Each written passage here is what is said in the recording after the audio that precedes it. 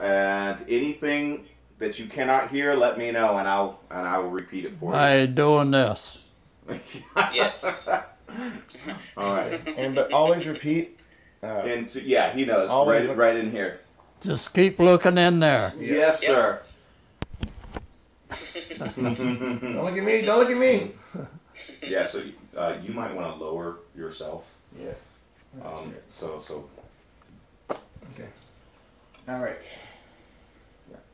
Can you cheat that this way so I can see it a little? Oh yeah.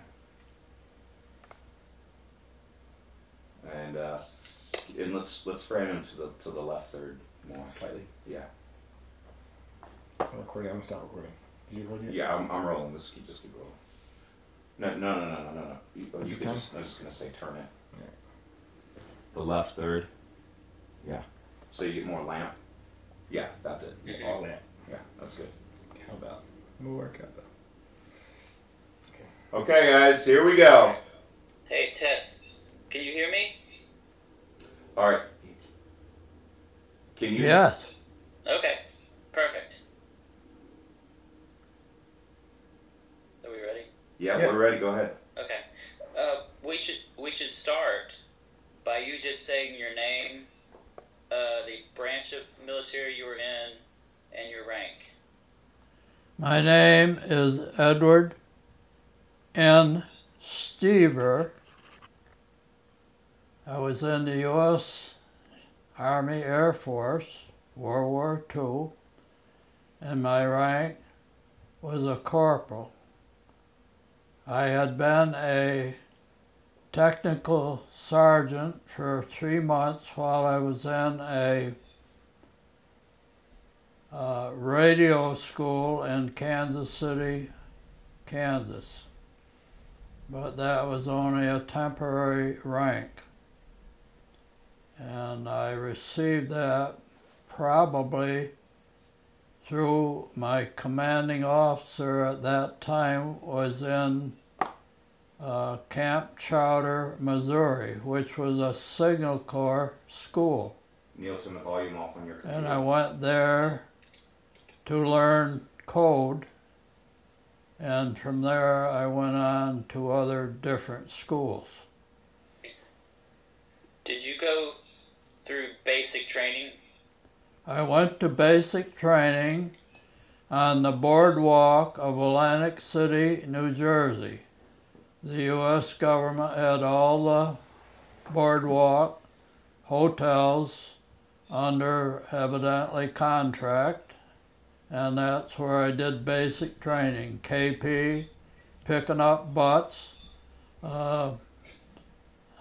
different details like guard duty in the middle of the city at night, pitch dark, and the things that they don't do today. Like what? Like training on the sand on the beach. They probably never do that. Maybe they do in Hawaii, I don't know. Well, those people get to be like in Hawaii. So.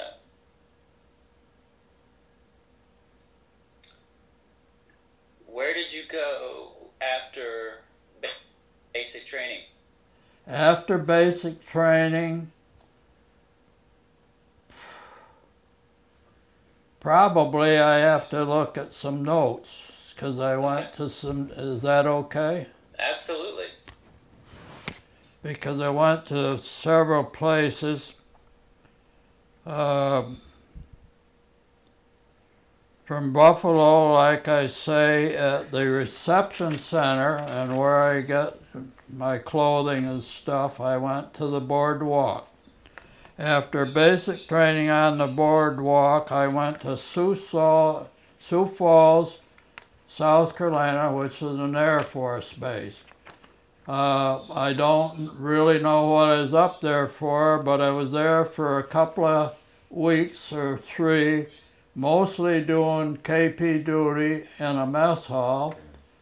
That all I can remember about that mess hall was there was plenty of cockroaches crawling all over the floors and table, and I wondered how that master sergeant that was running the mess hall got away with it. Pause. So Okay, stop right there. after Sioux Falls, South Carolina or South Dakota, that was when I went to Camp Crowder, Missouri, the Signal Corps School.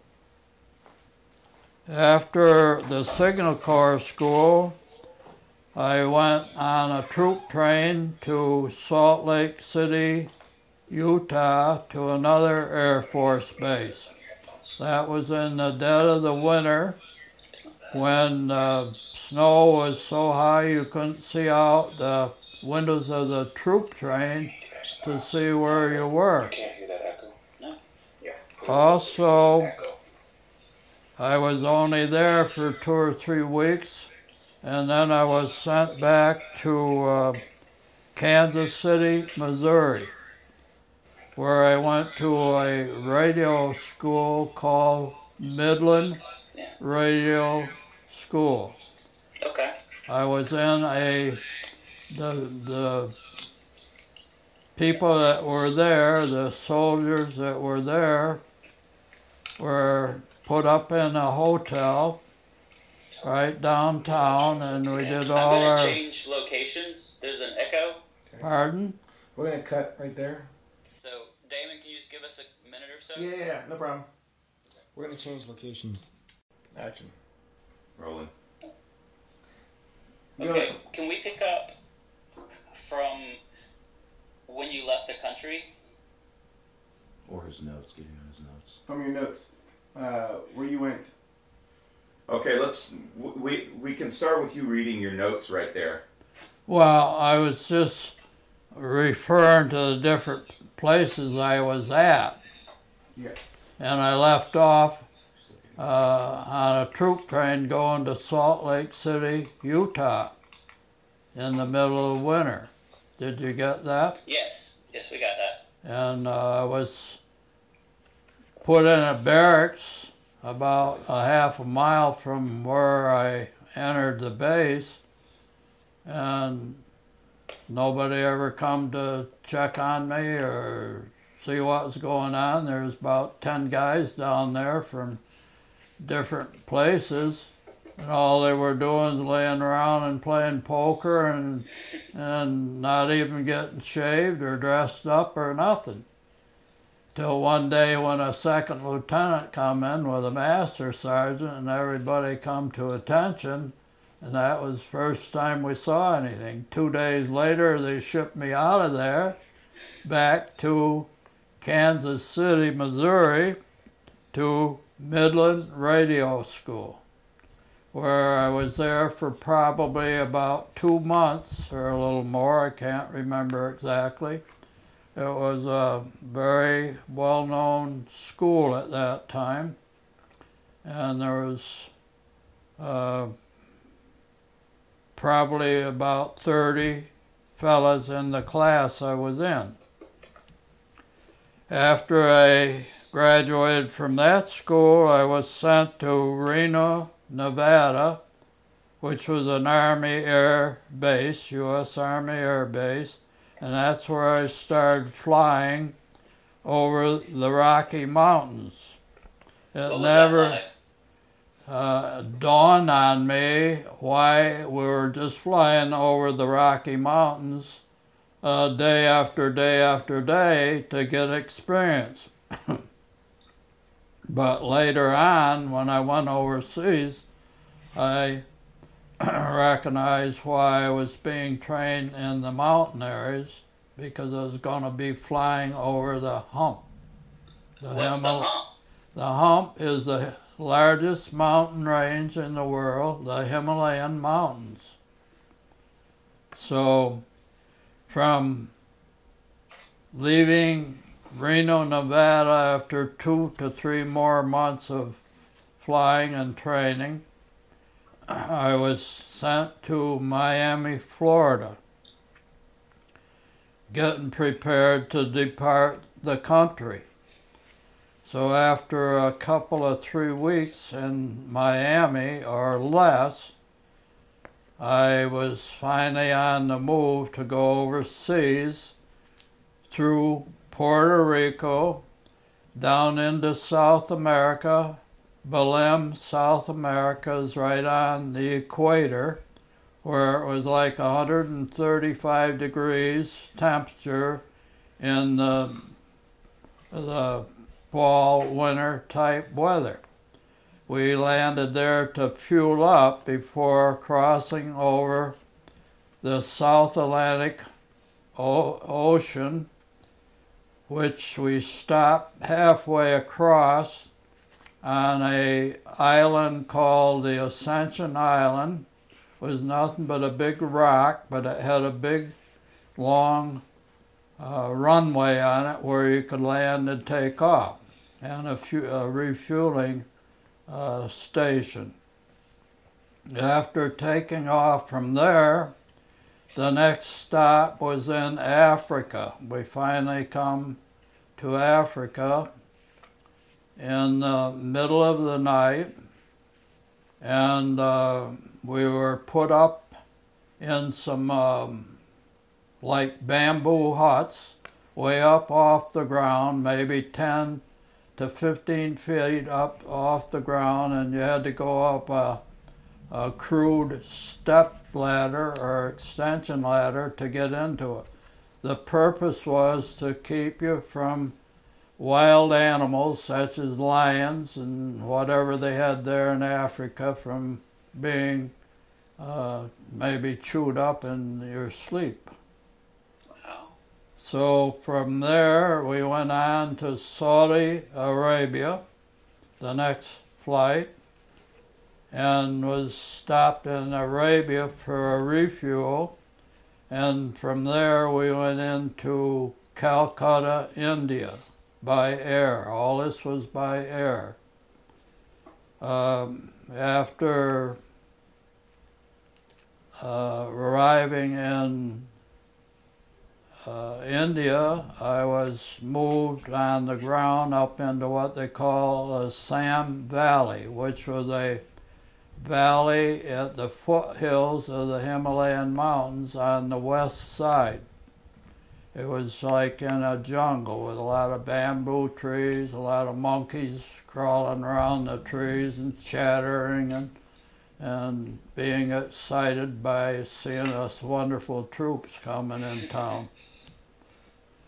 So I was there for about 3 days and got orders to transfer over into China.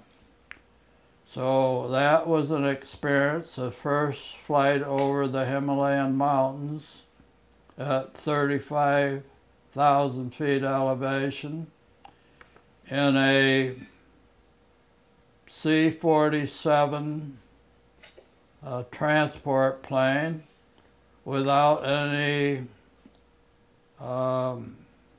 de-icers on it.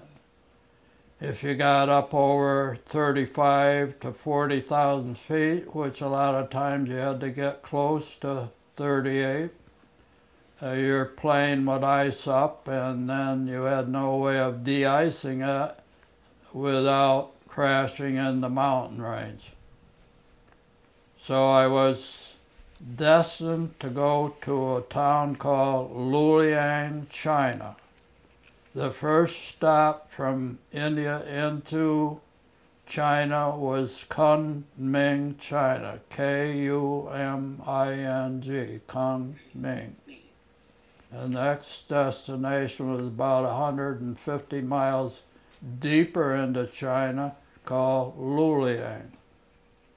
It was nothing but a dirt, man-made runway where they had 2 different squadrons of airplanes on that runway. The one that was most well recognized was the Flying Tigers. They were single-engine P-51 and P-40 fighters. There was about 20 of them stationed on that runway, And then on the opposite side of the runway, our squadron of transport planes, C-46s, were stationed. Our job was to supply all these little single-engine fighter planes in China with fuel, gasoline at that time. Didn't ever hear anything about jet fuel. Maybe they had it, maybe I didn't know about it.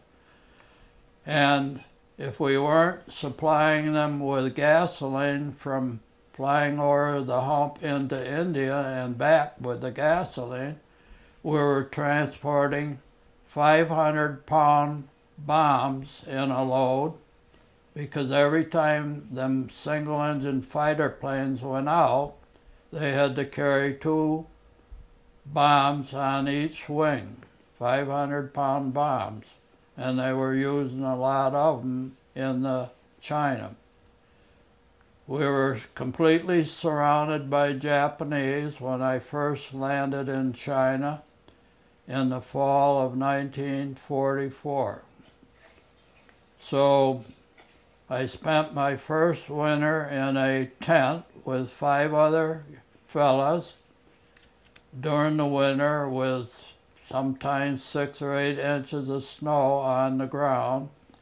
We had a little man-made, what I call a tin can, that the Chinese made and soldered together to heat the tent.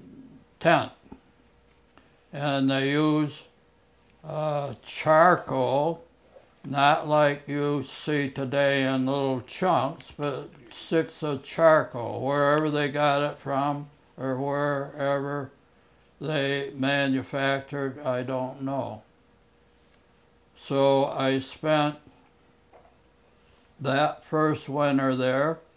A lot of times just what little heat we had in the tent when we were there, we weren't very often in the tent because we were all out flying 24 hours a day, 7 days a week, just keeping them 20 airplanes in the air. So a lot of times if you did get a chance to sleep a little bit, and when you got back in, tent floor would be covered with water, so you can imagine how it was trying to get in an army cot. At that time it was just a little folding canvas cot, and had a couple of blankets and a sheet, which I carried from Miami over there in a bag. I had what they call a B4 bag, was a kind of a carrying bag to keep all your intimate and private stuff in, plus another bulky bag to carry your heavy winter uniforms. When we were flying over that mountain in the winter time, it was really cold, down into the like 130, 40 below zero, with no heat in an airplane, so you had to be dressed to cope with the cold weather in a full sheepskin uniform, including a hat which was sheepskin, and also had to wear a oxygen mask when you got up over 25,000 feet, just depending on the individual, how much you could stand the rest of the trip.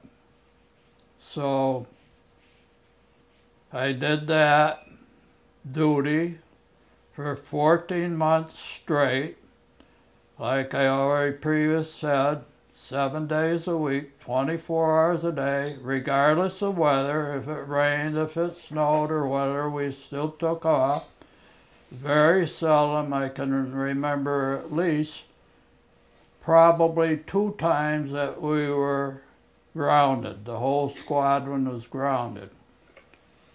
In between these trips that we were completing every day, we did several special missions, flying deeper into China towards Shanghai with special medical equipment and food for these fighter strips that were in there. Some of them got in dire need of food, and we'd have to make a special mission in there, escorted by fighter planes, or we were probably shot down.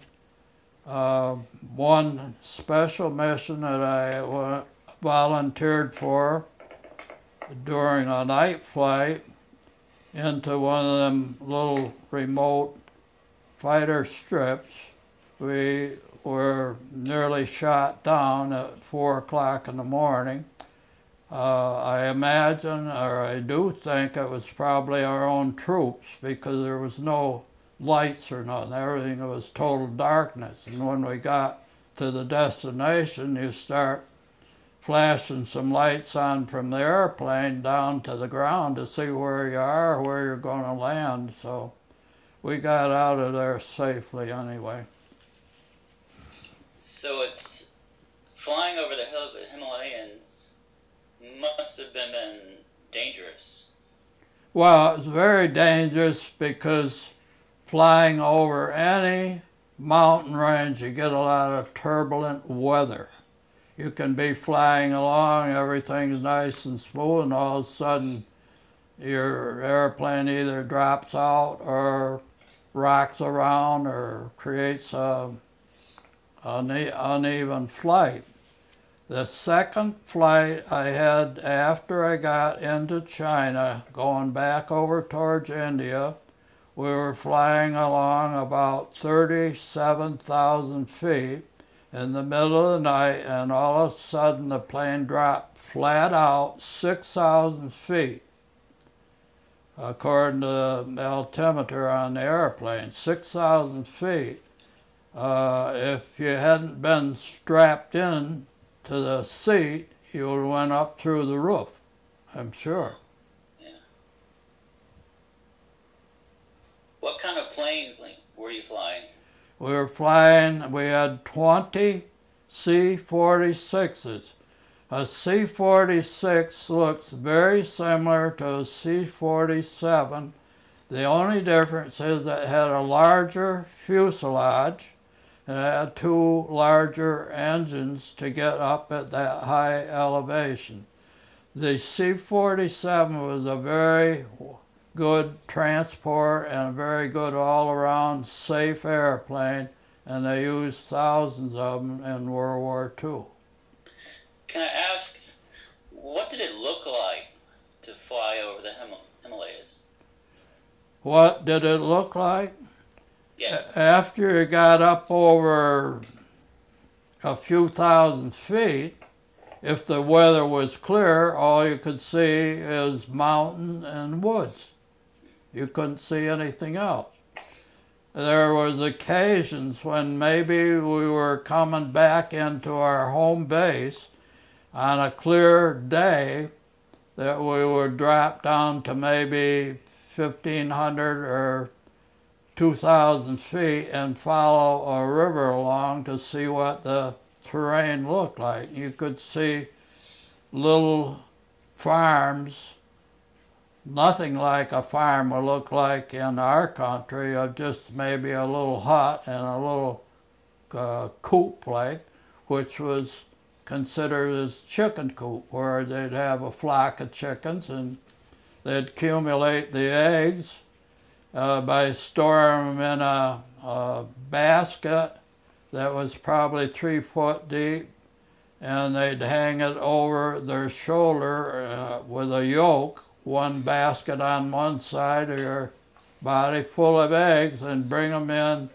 to that mess hall in Luliang, China. But by the time they got the eggs in there, they're most all rotten eggs because they had to store them so long without any refrigeration. And they didn't have enough chickens, so you maybe get 500 or 600 eggs in a day. Like they do today, you get 20,000 eggs in one day from a chicken farm. Wow. So what did you usually eat when you were in China? What did we eat? Yes. Most of the time it was rice in some form. Sometimes I hated rice. I ate rice today. I couldn't eat it. Occasionally we had what we called buffalo meat, which was water buffalo meat out of India. I was spoilt when I went into service because being born on a farm, we had our own eggs, we had our own beef, and later on, my father became a butcher and learned to butcher meat, so he always brought home really choice cuts of meat. We had meat every day in our life as a kid when I was home. You were spoiled. Yeah, I was. But later on, in between being born on a farm, he worked the farm for like 4 years till I think he got tired out. Just him and my mother. He didn't have a big farm, but he had a few cows and some chickens and stuff. So he finally got rid of the farm, went back to the city, and that's where he learned to be a butcher in a meat market in the city. But it wasn't long after that. By the time I was 6 years old, he moved back on another farm. And from there, we went to a chicken farm. And that's when I had to really start working at 6 years old, working on a farm. I had 3 sisters, and of course they were not adopted to work out in the fields or do any dirty physical work. So I went from that farm to another farm, a chicken farm, and stayed there till I was 18, 19 years old. And that's when I graduated from high school and finally left to go out in the real world and do a different type of work. When you were in China, what did it look like? Was it did it feel like wartime? Was there bombs and? Well, I couldn't see any physical ground fighting at all. I saw lots of action with it, different airplanes like twin-engine bombers, B-25s, B-24 four-engine bombers. They had quite a lot of them B-24 four-engine bombers, which were really what they used over in Europe so much to defeat the Germans. They converted them into tankers because there was such a shortage of tankers flying over that Himalayan Mountains. There was thousands of them going over that mountain every day and night, just supplying the Air Force and the Army and everything that was in China and Burma. So, did you fly with the same guys? No, I flew with there was a crew of 4 of us. There was a pilot, co-pilot, radio operator, and back then they called them mechanic. Today they're technicians and they've got special names for them. So I got to fly with the same pilot and co-pilot lots of times, but it just depended on whose turn it was to fly a certain airplane. So I got with some guys that were only 2 or 3 years younger than me. I was considered like an old man when I went in there. I was coming up on 23 years old.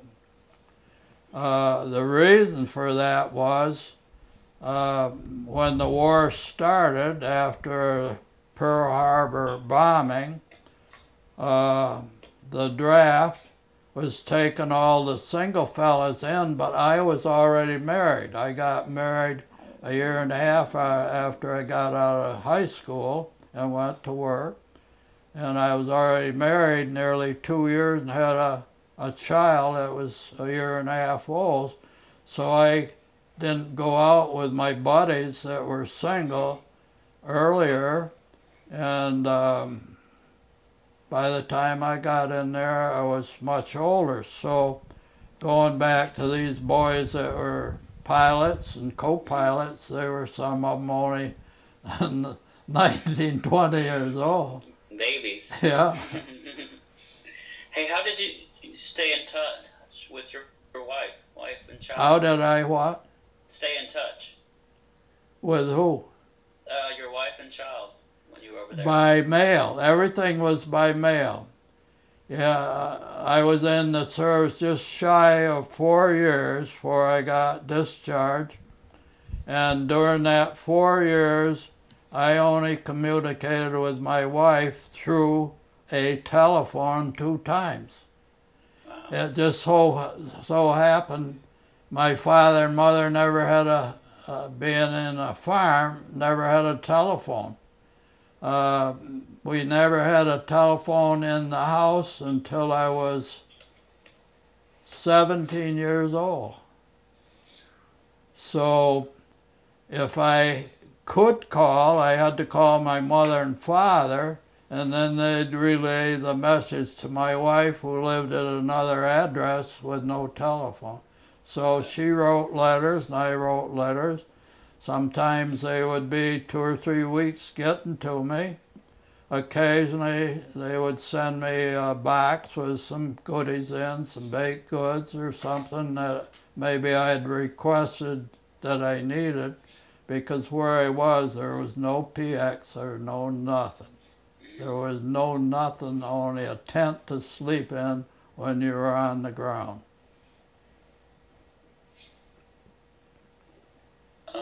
We'd go out, and if I had a couple of 3 hours, I'd go outside, just outside the tent a little bit, and do some target practice with my 45. What'd you shoot? Pardon? What was your target? Target could be a stone you set up. There was no trees. It was just in a valley and treeless. But if you went out a few miles, if you had a Jeep or something you could get a ride in, you could target practice like in the woods or where there's trees and stuff. After 650 flying hours, every individual in a crew was supposed to get what they call R&R, rest and relaxation, to give you a little vacation from that daily duty. So after I had over 700 hours, they recognized somebody slipped up in the records or something that I hadn't had R&R, so they stopped me, they grounded me, and put me on a Jeep with another fella and our baggage, and took us across the flats and up into the mountains, which was very rough, just like worse than a trail that you go on with motorcycles, stuff like they do today. And up there they had 2 of the same size tents that I was living in. One was for the 4 fellas that they had up there, and the other was for a mess tent. So we had a cook, and the first night we were there, probably around 3, 4 o'clock in the morning, we started hearing shooting with a rifle. And some of these Chinese people, which professed to be our allies, were like bandits at night, and they tried to raid the tent and steal the food and mainly get weapons. That's what they were mainly after. So we had a battle right in the middle of the night there, but they snuck away. How many of them there was, but there was quite a lot of shooting going on, so that was a new experience. So my rest and relaxation was nothing. Neither rest. All you could do if you had somebody want to play cards or hearts or poker or some card game. Hey, Mark, do you have any? Yes, I do. Yeah, go ahead. Well, why don't you can ask him, but Yeah, I'll ask. the hump pilots it was notorious for being very dangerous. Does he, and I'm sure he had a lot of friends and there are a lot of accidents. Does he recall any of them? Did you hear that? I don't think so, no. Yeah, Mark was, I think Mark's grandfather did this same sort of flights, and he described a lot of accidents, a lot of danger, friends getting injured. Does that sound familiar? Yes. Okay. Every flight that came over the mountain from India had to land at Kunming, China. That the main largest base there was after you come into China.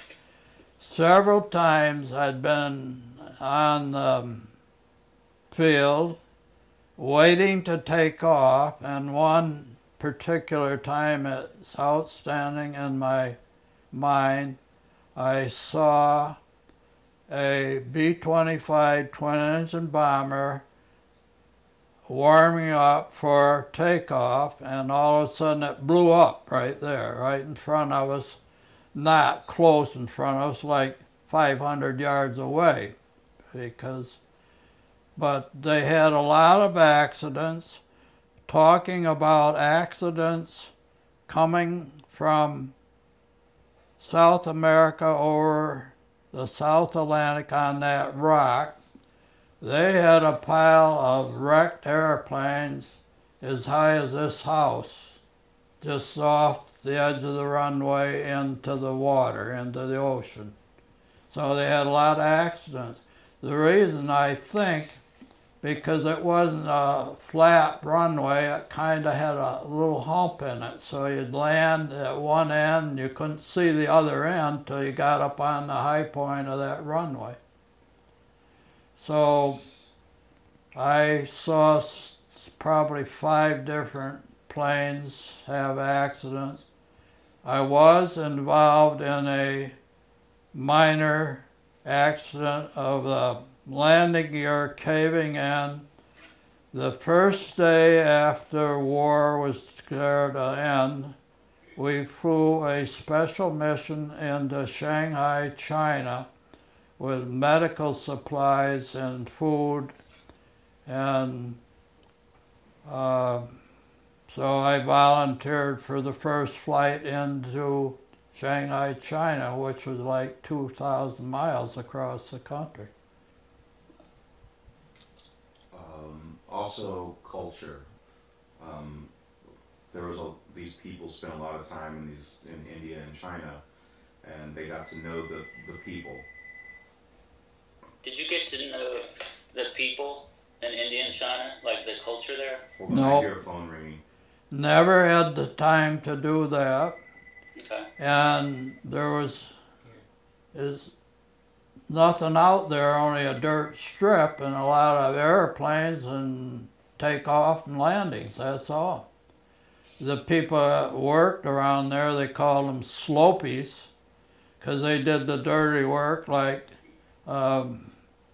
cleaning out latrines, carrying water to have showers, which was very crude. These poor little guys would have a yoke over their shoulders and a bucket on both sides of them, just carrying water all day, and climb up this ladder and dump it in a kind of a big silo up above the showers, so that there'd be water for all the American troops to shower down.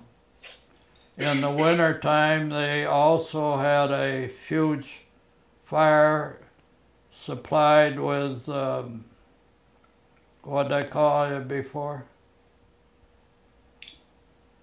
To burn, to heat with. See, I've already, that slipped my mind. Charcoal. Yeah. That's all they seem to have over there to heat, which was good.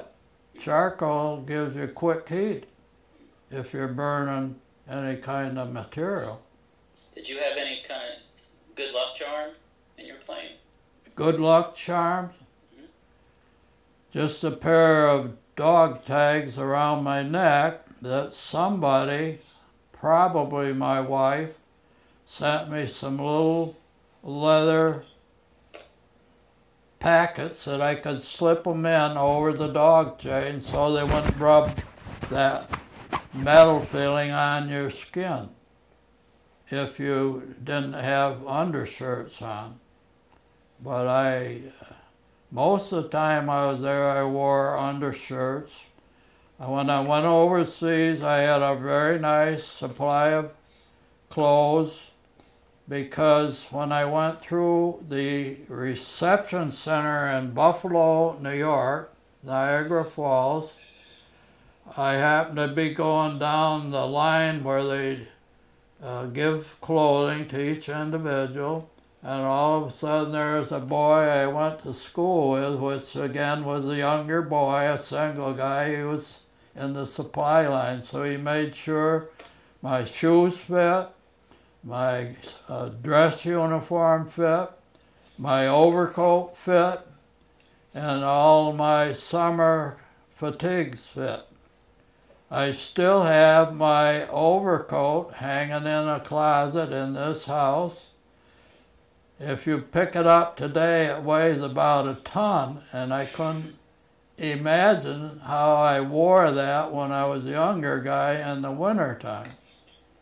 That was the first winter when I was in the States yet, but when I went overseas, they issued a special, shorter, lighter coat for the Air Force to wear. So we did wear long underwear quite a lot in the winter, which I hadn't been used to, even though I worked on a farm as a young guy, where there's so much exercise going on, you didn't need long underwear.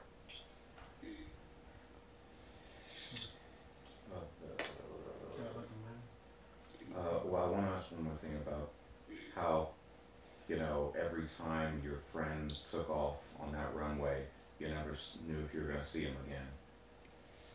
Did you think about that? You're going to have that every time a friend of yours might take off, you might not see him again? Yes, I thought about it a little bit then, but I think about it a lot now. When you're a young guy, to me it was very exciting on takeoffs, very exciting.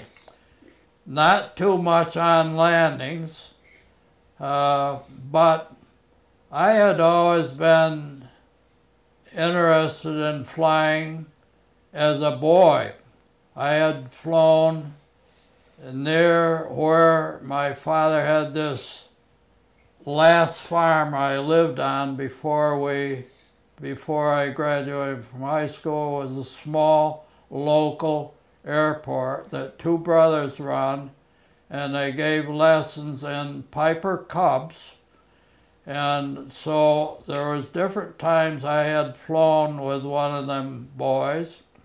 And also they had two small hangars that you could probably put 2 to 3 small single-engine Piper Cubs, which was a very small airplane back then, and it was a very wonderful, safe airplane. And I can remember they would have a carnival at that airport once a year to draw people there. And Link Aviation. Have you ever heard of Link Aviation? I have not. Edwin Link was the first inventor of what they call today a simulator. You've heard of simulators. They're all over in every military installation. He was the inventor. He was born in Binghamton, New York, and he invented this simulator. It was nothing but a little short 6-foot designed fuselage of a small airplane sitting on a box which was about 3 foot off the ground, and under that box he had some kind of electrical motor or something that if you got into this little airplane, there was a stick there that you could make it tip one side or the other, or nose and back and forth. That's all it would do. It didn't do nothing else. But it was something that they charged 10 cents for a ride in, and adults and every kid that come to the carnival usually took a test ride in that little trainer. And it grew and grew and grew, and till today it's these really modern big simulators. You said when you were younger it was just exciting, but now you think of it differently?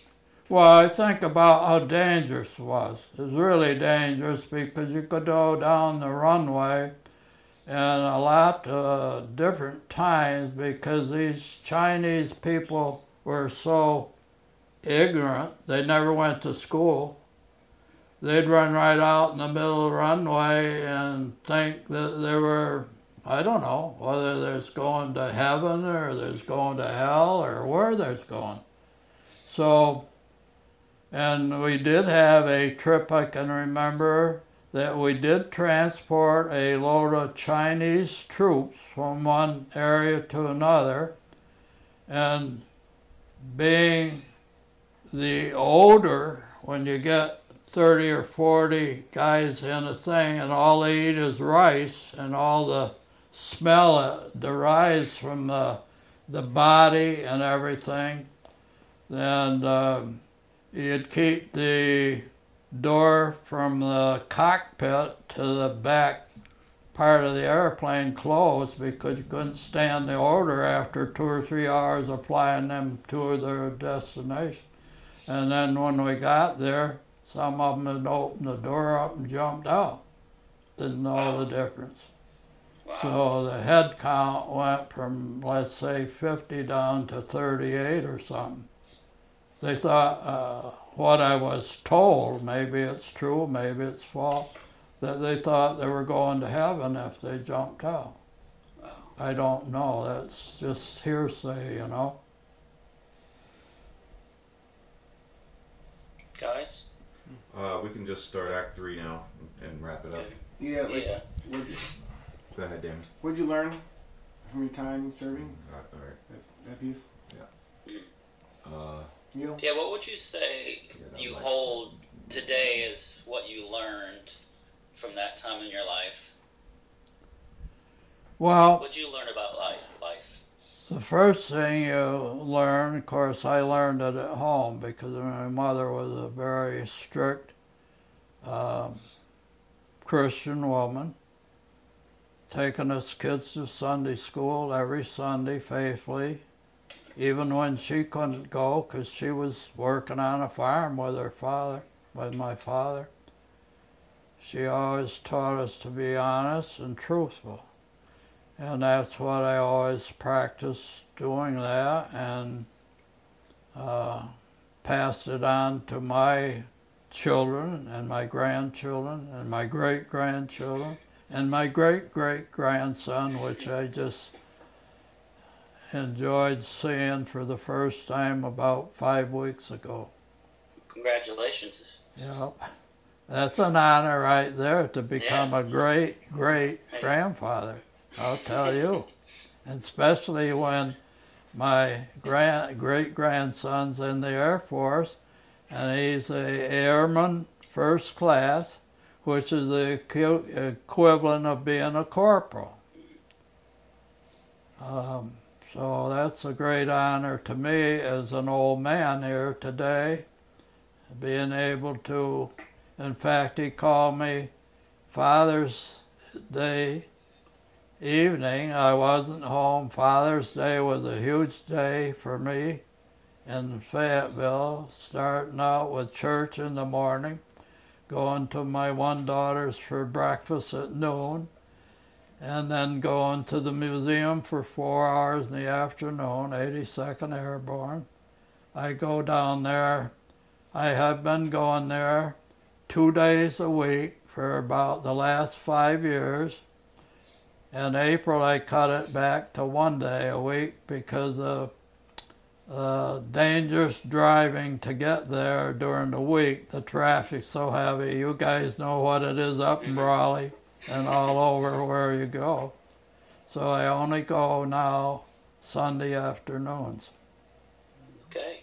What would he pass on to the young generation now? What advice would you give the younger generation? Well, as I see it, it's very important that they work hard at whatever they're doing. I don't care. Today, the work environment is nothing like it was in my day, because manually you did everything by hand. As a young boy, 14 years old, I was out digging a ditch along a road for an uncle of mine that was trying to run a water line in front of his property, and he wanted this ditch dug 4 foot deep at the side of a macadam road, and it was really hard digging in the middle of summer when I was out of high school. So I started out, being I was a farm boy, working other jobs, not only if I could do anything to earn a quarter or 50 cents, I'd do it. So it's just got to be hard work whichever way you go. Just stick to it. Yeah. Okay. I thought he was going to say something else.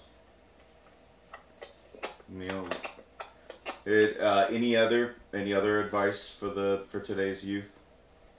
Well, that's something you might have learned. The best thing is to keep your nose clean. Never get in trouble by trying to cheat or do something unorthodox that's going to get you in trouble. So many people, young people today, don't have the opportunities that I had. So if you weren't happy at home doing what you were supposed to do, you could go out and get a job somewhere else or help somebody else if you volunteered. I used to help a lot of neighbor women that needed help in their yard.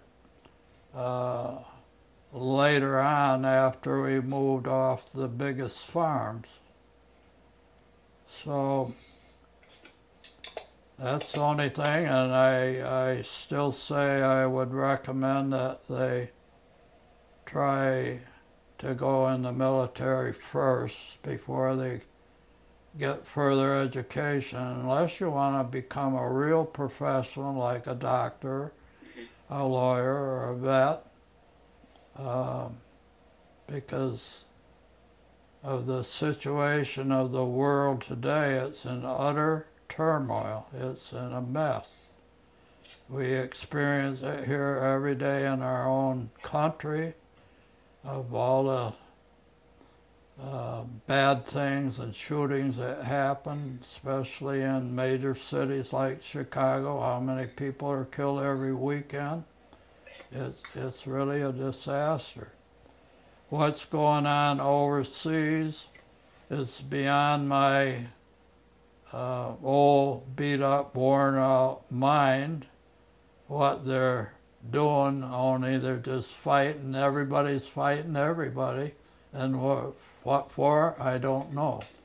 I agree with everything except about your beat up, worn out mind. He was on a roll there, Neil. Well, it works pretty good I can remember things way, way, way back, and things that happened maybe yesterday or today, or just like somebody tells me your name. After Mark called me 1 or 2 times, I couldn't even remember his name, and then he'd call me again, and I'd remember it, and then all of a sudden it dawned on me today, and then he called me up a few minutes later. So Perfect. So it's pretty good. I'm not complaining about it. The only complaint I have, although I've been through a lot of things, I can tell you a lot of things I've been through that probably I shouldn't even be here today. When I was 4 years old, my grandmother run over me with a Model T car. And she stopped the car right on top of me, and my cousin, which was 2 or 3 years older than me, he screamed and hollered till my parents and uncles and aunts come out. My dad and my uncle picked this Model T up off of me, and they run me in the house. They didn't take me to the doctor so I don't even know whatever happened after that. Later on in life, I was hit by a car and knocked me for a loop, but it didn't break me up. I've been rolled on by horses. I've been kicked by horses so bad I couldn't walk for 6 months, and all sorts of things. I've had open heart surgery, quadruple bypasses. I've had 4 stents put in my heart in the last 12 years.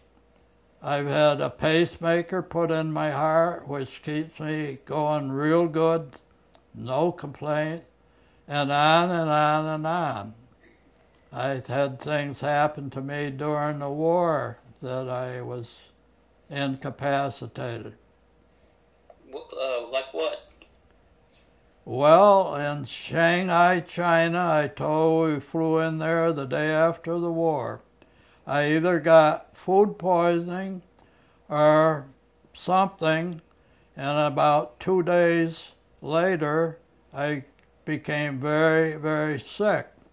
At that time, the U.S. Air Force or the Army didn't have anything set up in the city other than just one doctor in like a little old room they rented. So there was a Navy hospital ship coming into the harbor within a day or 2, and they sent me out to this Navy huge white hospital ship that was so clean I couldn't believe it, and that was the first time I'd laid in a bed for a long time.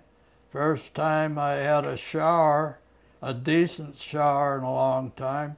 So I was on that hospital ship for 5 or 6 days, and all they did was pump me full of penicillin. They got me off the ship, and by that time my crew had already left back deep into China where we were based, and there I sat for 2 days waiting for another airplane to come and transport me back. So that was an interesting experience, and it was really a nice experience, but I was so sick I didn't hardly know what was going on. So I got some kind of poisoning from food or water or whatever. Okay. I think we're good here. Yeah, all right. Yeah, Neil. Let's call it a day, yeah. I'm shutting down. Okay. Okay. I need a new card so I can take some stills.